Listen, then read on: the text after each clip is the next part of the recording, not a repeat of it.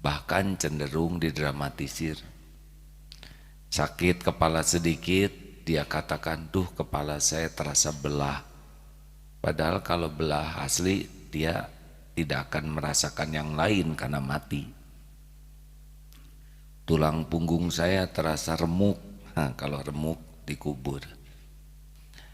Orang yang berpenyakit lahir, dia akan mengakui, dia akan berusaha keras mengobatinya, dan dia rela keluar waktu, tenaga, biaya demi kesembuhannya.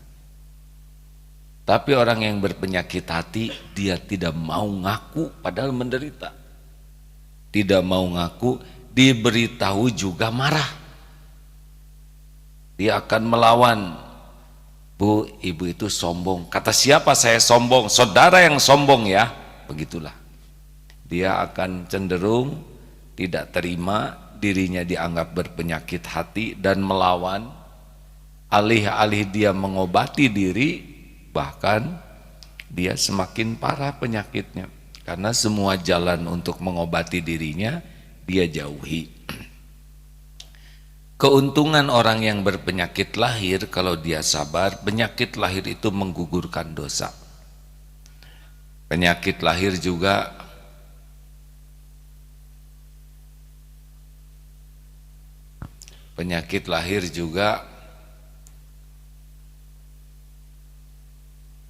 akan menambah pahala sabar. Juga penyakit lahir kalau ridho, dia bisa mustajab doanya seperti doa malaikat. Orang yang berpenyakit lahir kalau meninggal bisa husnul khotimah karena dalam proses diampuni oleh Allah dosanya. Jadi hanya dunia saja sengsaranya. Tapi kalau penyakit hati, di dunia sudah pasti sengsara, kelakuannya juga pasti jadi hina. Dan bukannya bersih dari dosa, orang berpenyakit hati makin tambah dosanya karena penyakit hatinya, dan amalnya pun tidak diterima, serta matinya terancam su'ul khotimah, mati hina. Dan di akhirat, di kubur akhirat, dia akan tanggung semua buah dari penyakit hati. Oleh karena itu, bermujahadah, bersungguh-sungguh untuk tahu penyakit hati, bermujahadah, bersungguh-sungguh untuk mengobati, menyembuhkan dari penyakit hati, ini mutlak penting sekali hadirin. Kalau tidak, kita akan sengsara dunia akhirat, hina dunia akhirat, celaka dunia akhirat. Kata kunci jawaban mujahadah ini di dalam surat Al-Ankabut ayat 69. Tolong dibacakan Ustaz. Walladzina jahadu.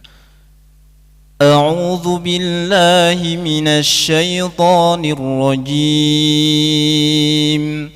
والذين جاهدوا فينا لنهدينهم سبلنا وإن الله لمع المحسنين. Artinya, dan orang-orang yang berjihad untuk mencari keridhaan kami, kami akan tunjukkan kepada mereka jalan-jalan kami, dan sungguh Allah beserta orang-orang yang berbuat baik. Walladzina jahadu, dan orang-orang yang berjihad. Di sana jahada yujahidu, mujahadah, yaitu orang yang mencurahkan segenap daya. Nah, jadi jihad itu bukan berarti perang ya, yang mencurahkan segenap kemampuan, daya, upaya untuk bisa dekat dengan Allah. Ini orang yang mujahadah tuh. Jahada yujahidu mujahadah. Dan orang-orang yang bersungguh-sungguh mengerahkan segala daya untuk dekat dengan Allah, pasti Allah lebih bersungguh-sungguh lagi menunjukkan jalan-jalannya. Jadi memang kata kuncinya mujahadah. Sampai kata Imam Ghazali, tidak ada, pintu hidayah itu mujahadah. Orang yang tidak sungguh-sungguh dia tidak akan dapat hidayah yang diharapkannya. Jadi ada orang yang tidak sungguh-sungguh, dia tidak dapat. Dalam hal-hal kebaikan apapun, kesungguhan itu menjadi kunci. Orang yang tidak sungguh-sungguh ingin sholat, dia tidak dapat khusyuk. Orang-orang yang tidak sungguh-sungguh menghafal, dia tidak akan diberikan kemampuan hafal. Orang yang tidak sungguh-sungguh membersihkan hatinya, dia tidak akan menikmati qalbun salim. Oleh karena itu, kegigihan kita untuk mengerahkan segala daya membersihkan hati, mengobati penyakit hati, itu mutlak bagi orang yang ingin bahagia, mulia, selamat dunia akhirat. Orang kan maunya cuma 3 intinya, bahagia, mulia, selamat dunia akhirat. Benarkah? Nah, hadirin sekalian, bagaimana nih caranya dan apa goal yang paling penting? Yang paling penting kita harus tahu dulu penyakit hati kita. Minimal pengetahuan tentang penyakit hati, shimuntaki cidun. Apa? Ini banyak tamu nih. Ini santri mau diwisuda, apa penyakit hati yang bahaya? Shimuntaki cidun. Ya, susah nih ya. Syinya syirik, mu-nya munafik, syimun munafik, taknya takabur, syimun taki, ada kinya dengki, ujub, cidun cinta dunia. Maaf terserah saya ya, reka. Jangan, ini teh dari kitab apa? Pokoknya dimodifikasi kitab DT ya. Pelajarannya sudah ada, hanya dimodifikasi sedikit supaya lebih mengagetkan dan mencuri perhatian. Apa penyakit hati? Tamu namanya ini tamu shimuntaki, nya ditekan bukan? Cidun, syirik, munafik, takabur, dengki. Nah, kita jangan sampai sibuk menilai orang lain sampai lalai dari diri sendiri. Masalah terbesar orang yang sibuk menilai orang lain itu lalai dari diri sendiri. Pernah kan ada yang kemarin tanya, itu gimana ya? Yai, tetangga saya itu rajin sholat, rajin ke masjid, tapi ngomongnya nggak enak. Kelakuannya kurang baik, pelit, koret, kedekut, buntut kasir. Tapi tetangga yang satunya lagi jarang sholat tapi baik, dermawan, sopan. Tanya ke seorang kiai, mana yang jelek kiai? Menurut saya sih dua-duanya insya Allah jadi baik. Loh kok gitu? Yang sholat tapi masih pelit, mudah-mudahan sholatnya nanti akan menjadi jalan. Beliau jadi baik, jadi dermawan, jadi sopan. Lah itu gimana yang nggak pernah sholat, jarang sholat tapi kok dia baik? Kan nggak diterima.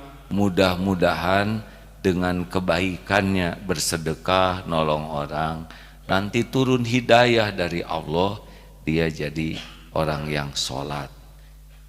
Jadi yang nggak baik yang mana? Yang nggak baik yang suka mikirin jelek orang lain terus, tapi dirinya lupa kepada kejelekan dirinya sendiri. Masih ingat tentang bapak dan anak yang ke masjid jam 2:30 mau itikaf, pas dilihat di masjid pada tidur. Kata anaknya, Pak gimana menurut bapak tuh itikaf tapi tidur, padahal sekarang kan waktunya tahajud, saat mustajab. Menurut bapak bagusan mereka, nah mereka mah tidur nggak ngomongin orang kayak kamu gitu. Dia bangun tapi terus pakai ngomel. Nah hadirin, di antara semua syimun taqi'u cidun itu yang paling sumber segala penyakitnya adalah syirik. Makanya disebut inna syirka la zulmun azim. Surat Luqman ayat 12, 14. Masa lupa santri, hayo. Itu kalau saya nggak ingat begitu ya. Inna syirka la zulmun azim. Apa itu syirik? Syirik itu menyekutukan Allah, menganggap Allah ada anda dan tandingan. Atau orang yang syirik itu kurang lebih begini, dia mengabdikan dirinya kepada sesuatu selain Allah. Jadi orang yang hatinya menyekutukan Allah, menuhankan sesuatu selain Allah, itu cirinya apa yang dituhankan? Yang dituhankannya itu adalah selalu ada di hatinya, dalam pikirannya setiap saat. Mau berjuang apapun supaya dekat dengan ilahnya ini. Dia cuman ini saja Tuhannya ini.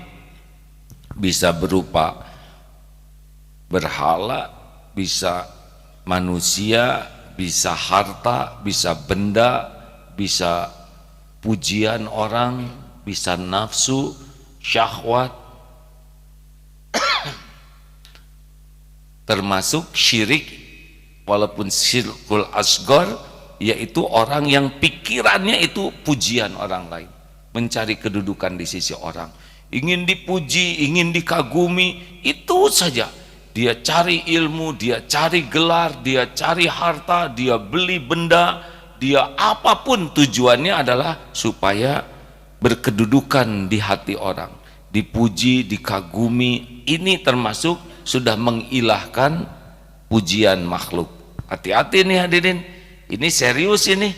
Bisa hilang tuh semua amal ibadah kita kalau tujuannya adalah ingin cari kedudukan di sisi makhluk.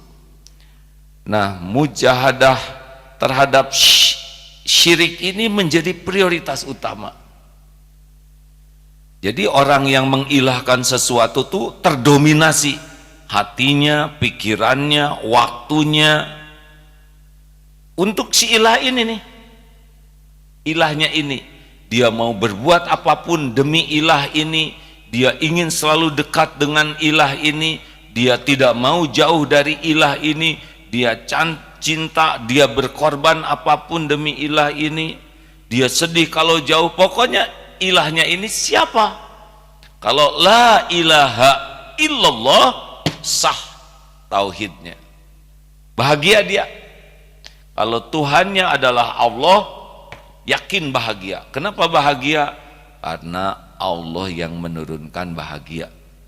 Dan Allah tahu isi hati. Wa huwa alimum bidatis sudur. Dan dia maha tahu isi hati kita. Dan Allah tahu, oh ini hamba, dia penuh hatinya mengingat Allah.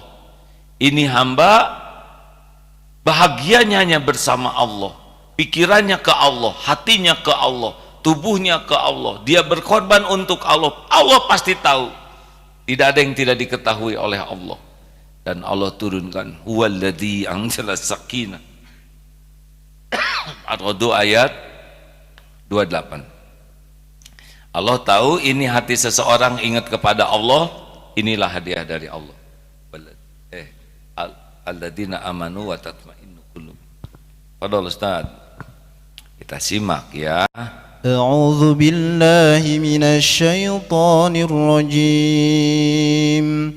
Alladzina amanu wa tatma'innu qulubuhum bidzikrillah. Ala bidzikrillahi tatma'innul qulub.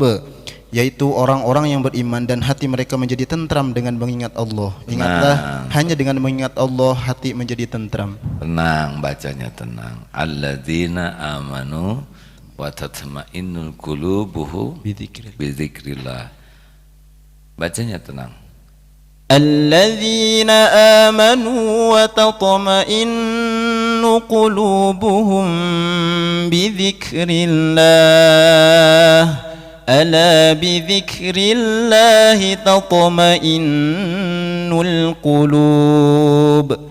Artinya yaitu orang-orang yang beriman dan hati mereka menjadi tentram dengan mengingat Allah. Ingatlah, hanya dengan mengingat Allah hati menjadi tentram. Jadi karena hati ini milik Allah, dikuasai Allah, tenang dan gelisah itu sesuai dengan kehendak Allah. Kalau didapati hatinya ingat Allah dan Allah pasti mengetahui, Allah turunkan sakinah di hati kita, tenang, tentram. Jadi tentram itu tidak bisa diakali. Makin kita ingatnya hanya selain Allah, Allah tahu cabut tentramnya. Makin hati kita lengket dengan selain Allah, makin dikasih gelisah. Jadi kita harus tahu yang menguasai hati kita itu adalah Allah Subhanahu wa ta'ala. Allah muqallibal qulub. Nah, kalau didapati oleh Allah dan sebetulnya dengan taufik Allah juga ya zikir itu, maka diberikan ketenangan. Ini otak juga milik Allah. Kalau Allah mau memberikan ide, kasih gagasan, kasih kecemerlangan berpikir. Idenya cemerlang, itu dari Allah pasti. Karena otak ini juga milik Allah. Nah, kalau misalkan mau ditambah ilmu, Allah datangkan ilmu. Allah buat ada YouTube, ada medsos. Itu juga jalan dari Allah sampainya ilmu, informasi kepada kita. Makanya kalau kita sungguh-sungguh, Allah juga tahu kita sungguh-sungguh. Tapi kalau tidak sungguh-sungguh, Allah juga tahu tidak sungguh-sungguh. Nah, janji Allah itu diberikan kepada yang sungguh-sungguh. Nih contoh, kita ingin menghilangkan kedengkian. Ini sedikit lewat ya. Saya pernah baca bukunya Imam Ghazali. Orang dengki itu kan SMS. Syusyah melihat orang senang ya, dan senang melihat orang syusyah. Pakai shod dan shin ya. Susah lihat orang senang, senang lihat orang susah. Ingat sekali dulu tuh waktu jadi muadzin, giliran ada orang lain yang adzan, langsung nyesek hati ini, aneh. Apalagi ketika yang adzan itu dipuji, langsung pening, aneh. Orang adzannya bagus, kita yang nyesek. Orang dipuji karena memang bagus, kita yang pening. Akibatnya mikrofonnya disembunyikan, tidak boleh dia adzan. Ini kan jadi zolim. Giliran beliau jadi imam, waduh itu gak enak hati. Ini dengki nih, tidak suka. Nah, baca kitabnya itu, lakukan apa yang tidak mau engkau lakukan. Kita tidak mau senyum. Nah, mujahadahnya itu ketika ketemu beliau, walaupun kurang simetris, paksa. Karena ini obatnya. Tidak mau salaman, assalamualaikum. Saya ingat waktu itu memaksakan diri ingin salam, gak pengen hati ya. Dan ketika dia dipuji, itu adanya bagus ya, iya,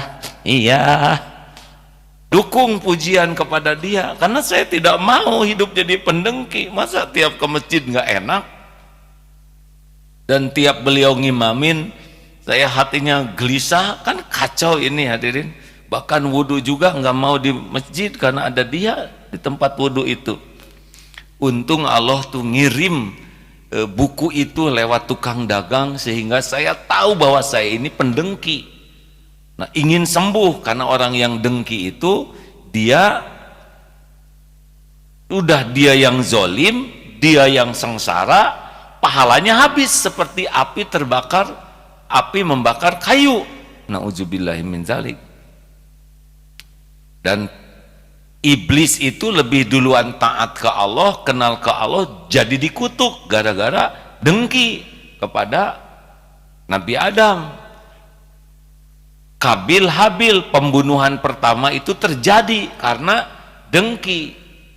Jadi dengki ini membinasakan sekali.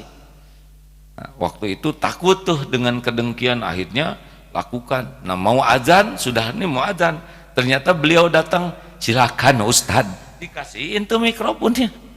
Alhamdulillah, hari berganti hari lebih ringan, akhirnya beliau jadi guru saya, karena memang beliau ilmunya lebih tinggi, kemampuannya lebih banyak. Waktu dengki boro-boro jadi guru. Nah ini ngambil dari kitabnya Bahaya Dengki. Nah tentang syirik itu juga harus kita cari dulu apa nih yang mendominasi hati saya, yang membuat saya lalai ke Allah. Nah tingkatannya tuh macam-macam. Ada tingkatan awam, tidak tahu ilmu. Ada tingkatan sudah belajar ilmu. Ada tingkatan sudah mengajarkan ilmu. Wah ini parah. Kabura maqtan indallah an taqulu ma la taf'alun. Amat besar kemurkaan di sisi Allah orang yang berkata apa yang tidak dilakukannya. Jadi makin tinggi ilmu kita harus makin waspada nih dengan penyakit hati kita, karena orang ujub tuh biasanya karena dia memiliki sesuatu. Apalagi kalau sudah jadi pendakwah lebih parah lagi azabnya, laknat Allahnya kalau dia punya penyakit hati, karena dia akan menggunakan dalil untuk menyebarkan penyakit hatinya. Jelas tidak bahayanya ulama su tuh ya, karena dia akan menggunakan dalil kebenaran hanya untuk memuaskan kedengkian di hatinya. Nah kemusyrikannya juga. Jadi harus bagaimana nih kalau dilihat dari mujahadah? Ya harus sangat serius untuk melepaskan diri dari apa yang menjadi ilah. Karena mujahadah terpenting, sumber segala penyakitnya ini mengilahkan sesuatu. Jadi termasuk karunia besar sekali dari Allah kalau kita diberi jalan oleh Allah untuk lepas dari penyakit hati. Misal ya, misal